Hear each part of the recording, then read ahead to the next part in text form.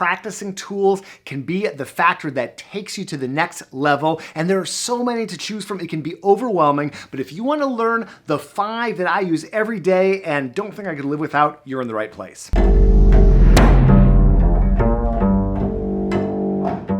Number 1 is a mirror or some kind of reflective surface. And this full-length one in my bedroom is great, but I don't really like practicing in my bedroom. So I'll usually end up just setting up in front of my flat screen TV. Now, I don't think that it's quite as good as a mirror, but it's there and it will get me going. And I think with practicing tools, finding a way to just get that momentum going is key. I make sure while I'm practicing to change the orientation of my bass. So I'm looking at myself from this side, from the front, and from the left-hand side. I find that I learn a little bit and have a different frame of reference for each of those positions. And I'm using the mirror for simple stuff like, is my bow straight? Is my left hand in a good position? Is my arm at a good angle? And I'm also scanning for tension, for anything creeping in. I find that for me, tension is the thing that holds me back and it can creep into different aspects of my playing. A mirror really gets me out of my body and lets me see what's going on.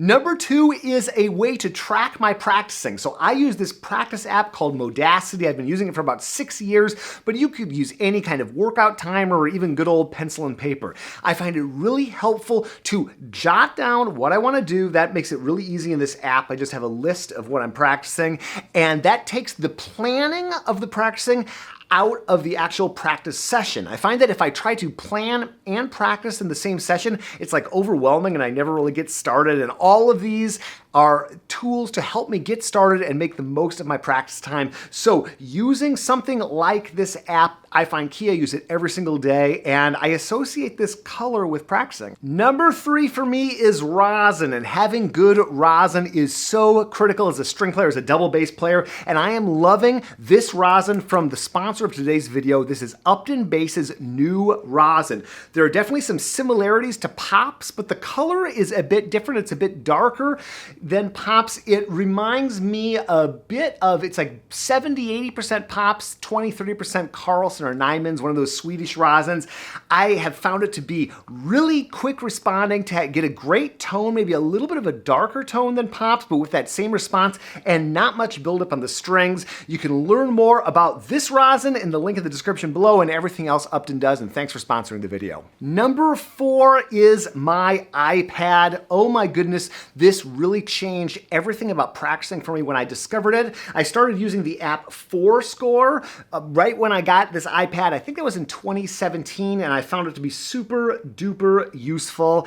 And I have thousands and thousands of files in Fourscore at this point. I also find it really useful to use Fourscore's playlist feature where you can take and organize all sorts of things. So when I'm doing a recital or when I'm doing a bass event or our Golden Gate Bass Camp here in San Francisco, every bit of music, every handout, everything like that, I store in one list. And that's super helpful when I think, what did I play back in 2018 at the Golden Gate Bass Camp? Oh yeah, I can pull it up, and sharing files is super easy. I take notes on music for students and just airdrop it or text it to them, and I think it's great. I also use another app called Newsic. I have so much in Fourscore that can kind of be a little overwhelming. I've been saying that word a lot in this video, something I'm trying to avoid in my practicing. So I started playing around with Newsic, and it's just a different feature set, not necessarily better or worse, just different. So the music I'm working on right now, these days, like my daily stuff that's in my Modacity practice app,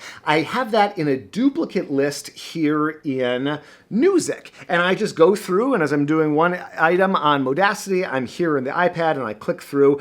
I also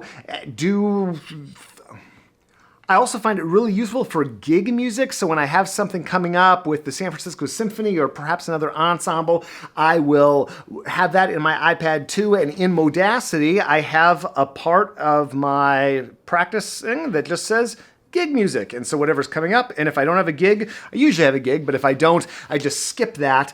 And then longer term projects are in here. And then for me, I'm always looking for different things to review on this YouTube channel. So everything that I'm thinking about reviewing is in another playlist here. Oh my goodness, I have a lot of practicing to do. Do you need an iPad to be an effective practicer? Of course not. But having all of my music, every solo piece, every orchestral piece, everything I've been thinking about reviewing, everything from past gigs in one place is so great for me. I am a great loser of paper. So as soon as you give me paper, it ends up in my closet or in the bottom of my bass case. And I found that I've been much more organized since moving all my stuff over to the tablet. Number 5, this might be kind of a strange one, but I think of my balcony as such an important practicing tool.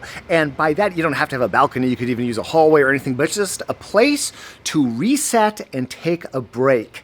I am as guilty as anybody of not taking enough breaks in my practicing, and having this nice space out here. I just walk out here.